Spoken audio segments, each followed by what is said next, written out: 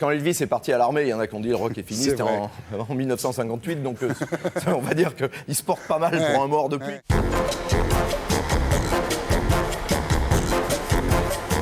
Yves Bigot, vous avez été rédacteur en chef de Rapido et des Enfants du Rock. Vous êtes co-auteur du Dictionnaire du Rock, journaliste à Libération, à Rolling Stone, à Rock et Folk, Europe 1, France Inter. Vous avez été ensuite directeur de Fnac Musique et de Mercury.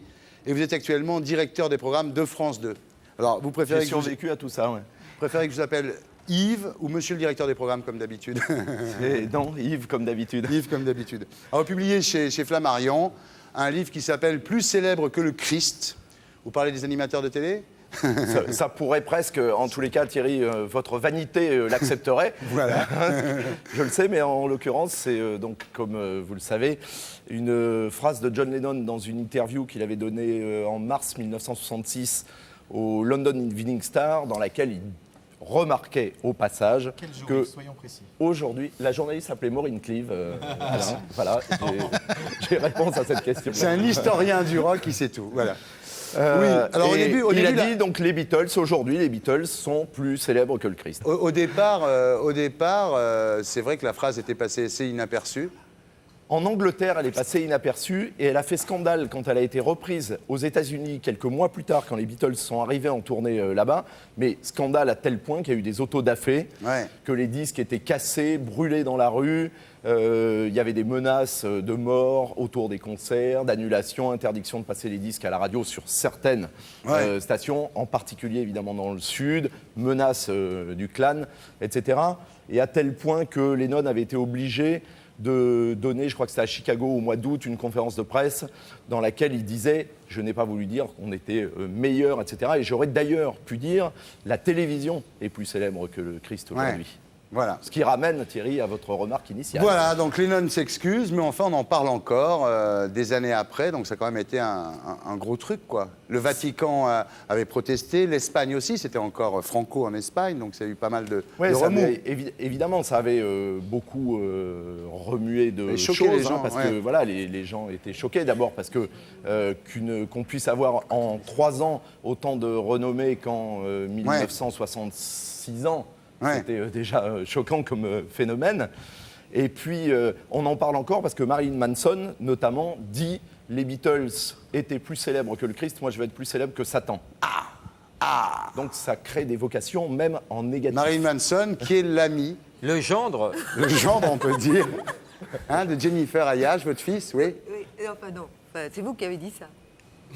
C'est pas mon gendre, ça a failli l'être. ton gendre, ils ont une parce que aventure, le ils sont gendre- mariés, et elle Mais se non, tape au elle- gigot tous les dimanches, elle se tape à table Marilyn Manson. Dis-le Chantal, c'est ta famille maintenant. Tu renies ta famille. Elle est là la semaine prochaine, Jennifer. C'est bien? Ouais, je l'aime beaucoup. Superbus. Elle connaît, hein. C'est ta fille. Alors, parmi les 50 rockstars du livre, j'ai choisi mes préférés.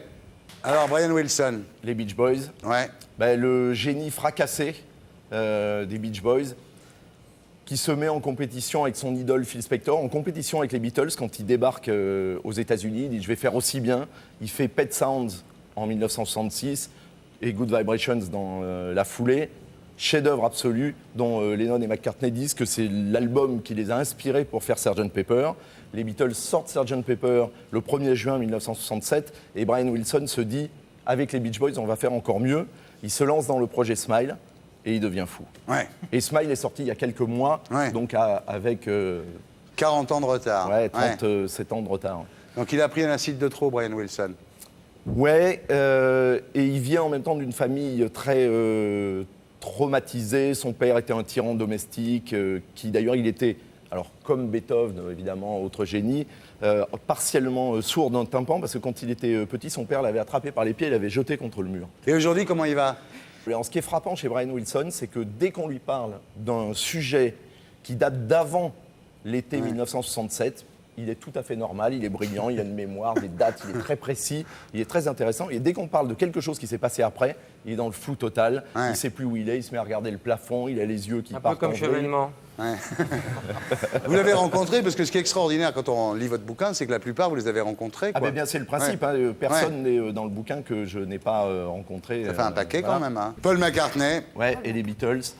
l'interview assez intéressante et inédite que j'avais faite avec lui, c'était de lui faire parler quasi exclusivement de ses rapports avec la France. Et il en a énormément. Ça va de la Marseillaise en intro de All You Need Is Love à Michel Mabel, par exemple, et à sans doute le plus intéressant et ce qui se sait le moins, c'est que pour les 20 ans de John Lennon, donc avant que les Beatles soient connus en dehors de Liverpool et d'Hambourg et d'être un groupe quasiment de club, ils étaient venus pour les 20 ans de John à Paris, en stop de Liverpool. Ils voulaient partir en vacances en Espagne.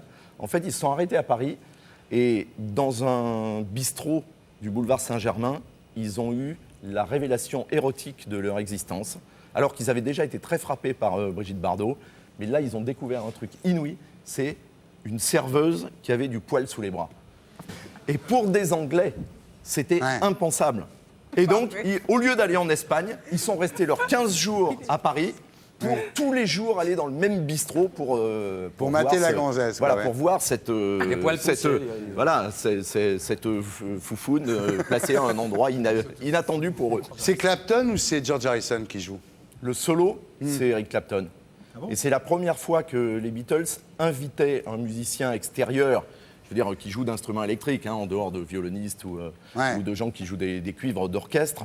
C'est George qui, lui, joue de la guitare sèche seulement, et il a demandé à Eric de venir, parce que c'était son meilleur ami, de venir jouer, à l'époque il était dans le Crime, de venir jouer le solo de While My Guitar Gently Weeps. Et ça, je sais que ça vous touche beaucoup, Thierry, parce que vous avez une tendresse, comme moi, particulière pour ce personnage qui était le troisième Beatles, le Beatle timide, introverti, qui regardait vers l'Inde, etc. Très tôt, j'ai regardé les signatures des chansons. Et très tôt, on voyait qu'Harrison essayait de placer les titres, malgré le talent exceptionnel de Lennon et McCartney. Et Harrison plaçait les titres. Et quand on regardait ce qu'il écrivait, on sentait qu'il y avait quelque chose. Et quand il a quitté les Beatles, il a fait des disques absolument géniaux, quoi. Formidable, dont le fameux coffret All Things Must Pass qui avait été réédité peu de temps avant sa mort. Pardon Thierry, mais je crois qu'Alain voudrait intervenir. Mais bien sûr. Une question du petit Alain Chabat. Oui, s'il vous plaît, j'aimerais connaître les rapports et pourquoi George Harrison a produit à un moment les Monty Python. Parce que, comme beaucoup de Liverpooliens, il adore l'humour très particulier de cette ville. L'humour scouse, c'est l'humour de la région, et qui correspondait exactement à cet humour extrêmement anglais des Monty Python. Et que comme il était quand même extrêmement riche, il s'est dit qu'une manière intelligente de placer et de dépenser son argent, ça serait de financer les films des Monty Python qui, à un moment, ça s'appelait Handmade Films, sa société, avait des problèmes de financement. On nous demande de quel signe était Ringo Starr. Je crois qu'il était du mois de septembre. Je ne sais pas vous dire. Historien de mes Je coups. suis pas californien. C'est les Je crois. C'est un truc simple, c'est un Beatles, il a une date de naissance. Je crois. Oh, le bouquin documenté. Oh, le directeur des programmes. Laurent. Bienvenue. Alors Mick Jagger, bon, j'aurais pu choisir Aftermath parce que pour moi c'est quand même le plus grand album des Stones, mais bon. Ouais, parce que c'est un album très Brian Jones, Aftermath. Là, Mick Jagger, effectivement, dans Sympathy for the Devil, les paroles, évidemment, sont son idée. C'est aussi un morceau de Keith Richards sur un rythme de samba et surtout le plus beau solo de Keith Richards de toute la discographie des Stones. Là. On dirait une lame de couteau, c'est absolument incroyable. Et ça, c'est les Stones à leur plus insurrectionnel, hein, c'est les Stones de 1968, quand c'est le groupe de la Révolution, vraiment. C'est l'époque d'Altamont, du concert où il y c'est a des morts. juste avant Altamont. 2 jours donc, avant. On dit que la malédiction d'Altamont, ou donc un militant, on n'en sait rien, un noir en tous les cas, a été poignardé à mort par un Hells Angel. On dit, et selon les angles des images, là on peut rejoindre toutes les théories de conspirationnelles américaines, qu'il était armé et qu'il allait tirer sur Jagger, parce que le morceau qui a mis les mauvaises vibrations au festival d'Altamont, c'était Sympathy for the Devil, donc de la tendresse pour le diable. Dans la chanson, c'est Jagger qui a tué Kennedy, il le dit dans la chanson. Non, il dit qui a tué les Kennedy? Après tout, c'était vous et moi. On rappelle Peter parce que lui, il a fait un bouquin là-dessus. Alors j'aime bien dans votre bouquin ce que vous dites sur les Kings, c'est-à-dire c'est la fin de l'Empire britannique, quoi. Hein. C'est les dernières heures de la grande Angleterre comme ça, et puis avec des chansons comme Sunny Afternoon, Dead End Street, Waterloo Station, il raconte une Angleterre un peu mythique. C'est un nostalgique absolu, Ray Davies. Il écrit comme ça sur le... C'est la théorie du last shot de Paul Bowles. Ouais. C'est Thierry, combien verrons-nous encore de couchers de soleil sur Bormes-les-Mimosas ou sur Saint-Tropez et les Kinks, ils ont cette particularité d'avoir la plus mauvaise place dans l'histoire du rock anglais, alors très cher dans le cœur de ceux qui les aiment. Ils ont cette place dans le mythe du rock anglais qui est la plus mauvaise pour un sportif, ils sont 4e, c'est-à-dire ils sont au pied du podium. La trinité royale du rock anglais, c'est les Beatles, les Stones, les Who, et les Kinks, ils sont juste après, c'est vrai, juste un peu en dessous. Alors, en même temps, comme on aime toujours un peu plus les losers, parfois l'affection en est décuplée, mais la notoriété ne l'est pas forcément. En même temps, ils ont une influence formidable à la fois sur les punks, à la fois sur la Britpop, et sur encore aujourd'hui des groupes comme Blur, Oasis, Supergrass. Hey babe, take a walk on the wild side. Said hey babe, take a walk on the wild side. Vous l'avez interviewé, Lou Reed, c'est un trou du cul à interviewer. Hein. Moi, je l'ai eu 2 fois. Hein. Ouais, c'est un mec. Alors, c'est évidemment lui, il est la vérification de la théorie qu'il ne faut pas forcément connaître les artistes et il ne faut pas nécessairement que ça soit des braves gens. Ouais. Lou Reed, je l'ai interviewé pas loin d'une dizaine de fois. Il a toujours été désagréable. Il est toujours paranoïaque. La seule fois où il a été à peu près amène, c'est quand il venait de recevoir les Arts et Lettres. Ouais. Parce que d'un seul coup, ça flattait sa frustration et son besoin absolu d'être reconnu de manière académique. Il faut dire que c'est un mec, en même temps, qui n'a pas eu une vie facile, puisque à la fin des années 50, on lui a fait subir, à côté de New York, là où habitaient ses parents, des électrochocs qui étaient à l'époque destinés à soigner son homosexualité latente. Donc, D'où le nom. ça l'a pas, je veux dire, ça n'a pas nécessairement arrangé son équilibre Mais il se venge psychique, depuis, c'est sûr. etc. Hein. Ouais.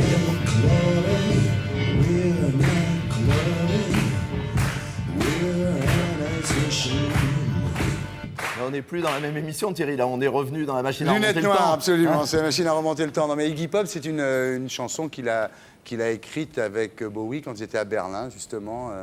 Ils ont passé du temps à Berlin dans les années 77-78, non? Des Idiots, c'était fait là-bas. Bowie était fan des Stooges, parce qu'en fait, Bowie, c'est un mec qui a beaucoup de talent et qui a un peu fabriqué, qui a ramé pendant les années 60 en menant des groupes de rhythm and blues qui ne marchaient pas, dans lesquels il était saxophoniste, etc. Ouais. Et puis, il a eu le génie de prendre un peu de la personnalité de Iggy, Iggy, Ouais. je veux dire, c'est signé, Ouais. et d'aller chercher Lou Reed. C'est-à-dire, il a mélangé un peu les Stooges, le Velvet Underground, avec un peu de Syd Barrett et du psychédélisme anglais, et en y ajoutant de Syd l'art. Barrett, Pink Floyd. Oui. Non, non, Celui mais qui est Pas trop devenu bien. fou, le mec de Les Pink Floyd, acides. le mec de Pink Floyd qui est devenu fou, qui est jamais redescendu, Syd Barrett. Si Emily Play, premier morceau Absolument. de Pink Floyd. Pas premier morceau, premier gros tube. Le premier Ah, morceau, j'adore. c'était Arnold Lane. Ah oui, Arnold Lake. Voilà, un Premier fétichiste, c'était il y a une histoire d'un fétichiste, Et Arnold Rudy Lane. Rock. Ouais, donc le Et- Iggy Pop. Et Iggy, Bowie a été absolument remarquable parce qu'il a rendu hommage et il a rendu des carrières à ces gens dont il s'est inspiré, puisqu'il a produit l'album Transformer T'as envie qui de a, pleurer, qui a Denise, donné hein. une carrière solo à Lou Reed. Et il est allé rechercher Iggy. Il lui avait donné son manager à New York quand les Stooges n'existaient plus pour lui donner une carrière solo dans un premier temps. Il l'a emmené à Londres avec lui. Ouais. Après, ça a merdé. Il s'est retrouvé en hôpital psychiatrique à Los Angeles pendant un certain temps. Il avait absolument Thierry, plus... je crois que Denise a un fou rire. On a un problème technique, on va rendre l'antenne. Non, c'est avec Chantal, c'est pas possible. Iggy, c'est marrant parce qu'il a en fait 2 carrières. Il a sa carrière metal punk avec les Stooges. Ouais. Et I Wanna après- Be Your Dog. Et après, il a... Mytho. Faut pas les contrarier quand ils sont comme ça, les deux, là. Oui. Faut rien dire. Bon, on Non, mais s'arrête, on on sait s'arrête. de quoi on se parle. Bowie. Berlin, Heroes, pareil, le même mur. époque. C'est la période berlinoise. Novo, c'est la période Ouais. Yves Adrien. c'est la période- Post-Kraftwerk. Voilà, exactement. C'est ce qu'allait dire Denise. Tu lui as Bah, retiré voilà. de la bouche. Alors, Kurt Cobain, c'est le dernier, quoi, non? Quand Elvis est parti à l'armée, il y en a qui ont dit le rock est fini, C'est c'était vrai. en 1958, donc on va dire qu'il se porte pas mal pour un mort depuis, ouais, quoi. ouais. Je veux dire, comme Mark Twain. Mais c'est jamais fini. Qu'est-ce qui se passe dedans? Excuse-moi. Ouais. Ça y est. Elle fait marrer tout Ça le y monde. est. Elle arrête pas de déconner dès qu'elle doit tourner. Comme vous êtes mon patron, je vais vous faire une interview serpent. Lèche-cul.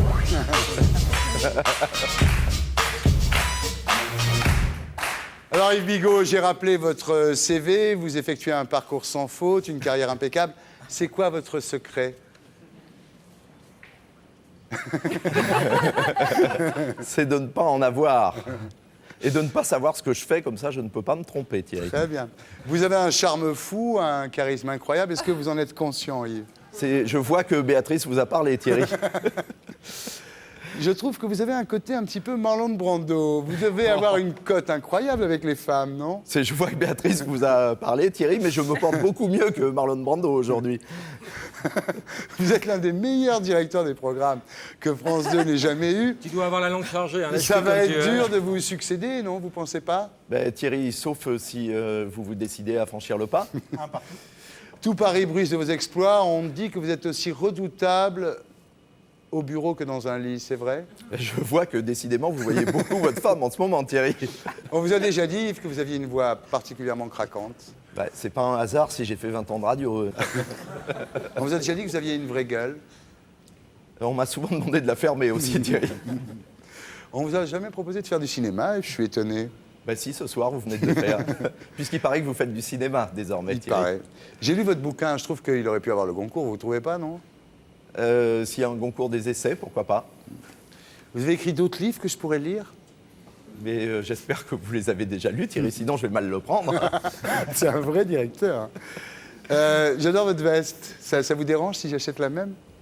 Mais je dois vous prévenir, Thierry, que contrairement à celle de Jacques Dutronc dans L'Opportuniste, elle n'est pas réversible. Merci pour cette interview, Yves. Je crois que c'est la meilleure interview que j'ai faite depuis très longtemps. Merci. Ça va pas nous amener loin. Et pour être sûr de ne rien rater de Inarditube, abonnez-vous et mettez un pouce bleu.